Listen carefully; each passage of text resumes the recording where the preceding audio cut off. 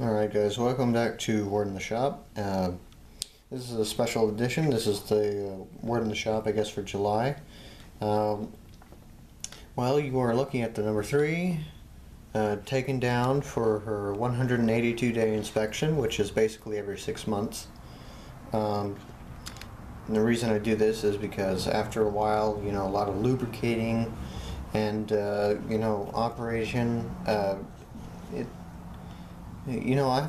after 6 months, the engine can get pretty dirty, grimy, and hairy, and whatnot. Running around if you don't properly maintain it. So every 6 months, I take the engine apart and just do a routine cleaning. If I find any problems, in there, then I take care of them. Last time I did this was, I believe it was New Year's Day, so exactly 6 months ago. I didn't find too many problems. Took me a little bit longer because I had another frame on it, and that thing was not the best. This one's a lot better. It's the reason that the 3 runs so well now. Anyway, so let's just take a look at the damage. See how greasy it is. Oh yeah, you see that? That's exactly why I'm going to be cleaning it in the next few minutes. I decided to film the Word in the Shop halfway through this so you could kind of see what I'm doing, what I'm planning on doing. There's the tender back here. So yeah, it's pretty simple. Last time I did it, took me about an hour and 45 minutes. It took me a little bit longer, I think, this time. Yeah, the only reason it'll take me longer is because I'm filming Word in the Shop at the same time, but yeah, it should only take me another half an hour to finish it. I have been doing it for about 10 minutes now. So yeah, here's the rest of it. That's the little bottom plate to hold the drivers on, washers for the rods and whatnot. That's the drive wheel setup. I'm not going to take the rods off that because somehow I feel like if I do that, something's not going to be right when I put it back together. So yeah, anyway, I'm just going to run all these parts under some soapy water and just get all the grease and oil and dirt and whatnot off of them, and yeah. Well, anyway, other than the 3 projects, a lot of stuff has been going on lately. I'm sorry, I forgot to clear this off before I started filming.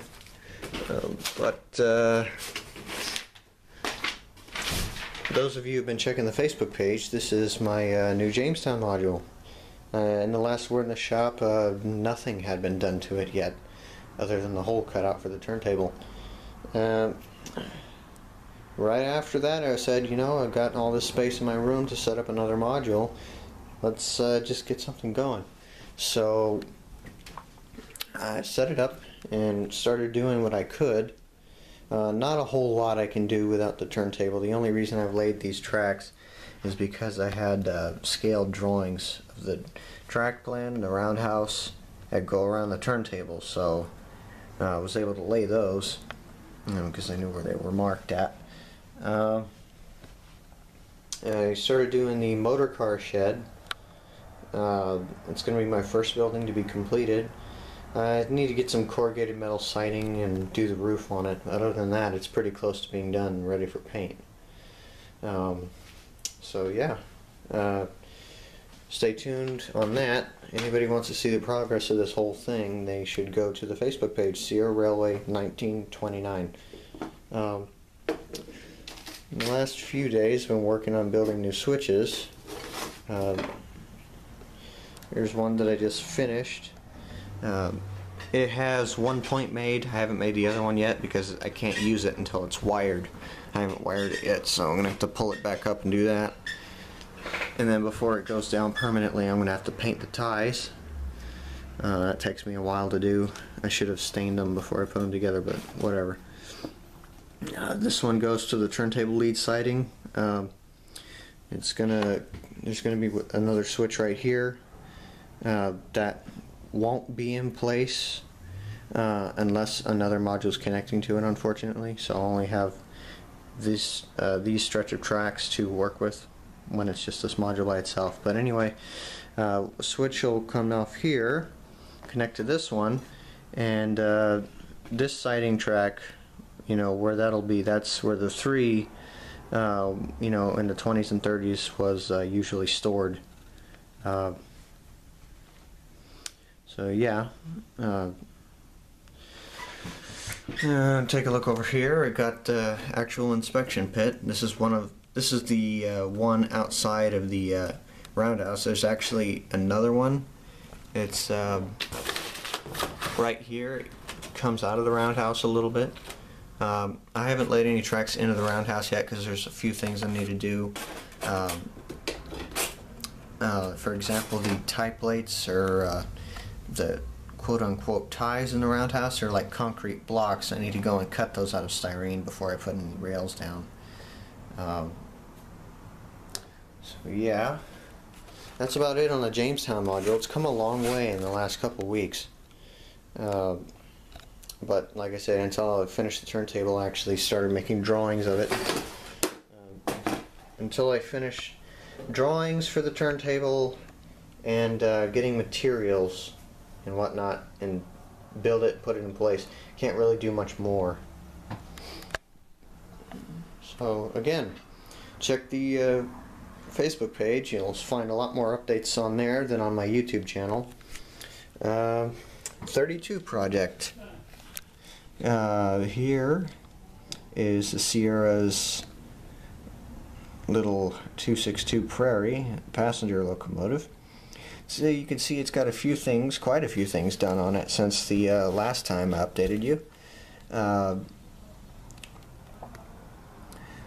There's been a few updates on this on the Facebook page, but not too many recently.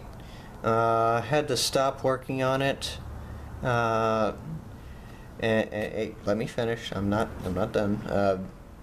I had to stop working on it for temporarily because I need to go and get a new soldering iron to work with the crosshead guides, and I should have that actually tomorrow. I'm going to pick one up, and that's the only reason that I have stopped work, because I want to finish that and do a test run before I do anything else. Everything else that needs to be done is cosmetic work. The engine already runs. I need to go and build a trailing truck. You see that the trailing wheel's just hanging on there. It's just sitting there. I need to do a little more exterior body work on the cab before I can paint it. But a few more details, and this thing is going to look just like the pictures. I'm really proud of this project so far. That's the tender frame. I can't build the tender cistern for this until after I get the soldering iron too. Here's my caboose number 4. I finally put decals on it. I'm not the happiest that I could be with these things. It's not completely done. It needs to be dull coated, you know, blend in the decals with the wood and whatnot. Here's this is what one of my hand laid switches looks like when it's painted. This one must have taken me at least half a day to paint. You know, I had it in place when I did it, so it was a little bit harder. And this is one of the switches that I did yesterday. This one took me another half a day to paint. Again, I should be staining these things, you know, before I put the ties together. But yeah.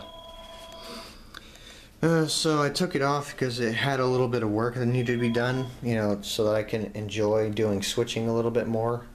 Some of the switches aren't the best to throw when I'm doing switching, so that's why I don't usually use this module. But yeah, working on fixing that. Well, here is my first import car. This is the first car I've ever bought from an importer. This is an MTH R40-2 PFE reefer. And the only thing I had to do to this, the only thing I had to do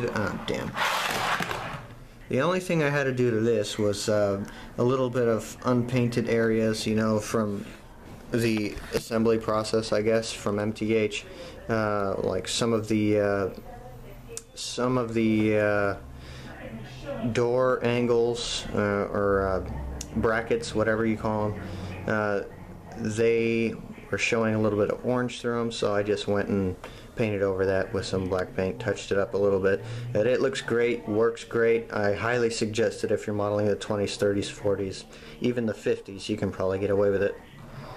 But yeah, great cars. Unfortunately, MTH doesn't offer too many other era cars that I would buy. So yeah, Sonora is somewhat coming back to life. Yeah, I'm going to continue with the rehabilitation of the switches and soldering and whatnot and get that all done. And you might see a few more switching videos from that, as well as Warnerville. I'm going to try and finish all the tie work here. These are the only ties left that I need to do. And then I need to finish the wiring. You can see I have kind of a contact booster right there. Finish the wiring on this switch, take it apart, or take it up and go and paint it, and then the track on the Warnerville module will be done. I'll put some dirt down and scenery, and yeah. So stay tuned, guys. Happy 4th of July. The 3 will be running later today, and you'll see some pictures on the Facebook page, maybe even a couple of videos of the number 3. You'll see the number 3 with their 4th of July American flags on. So yeah, stay tuned.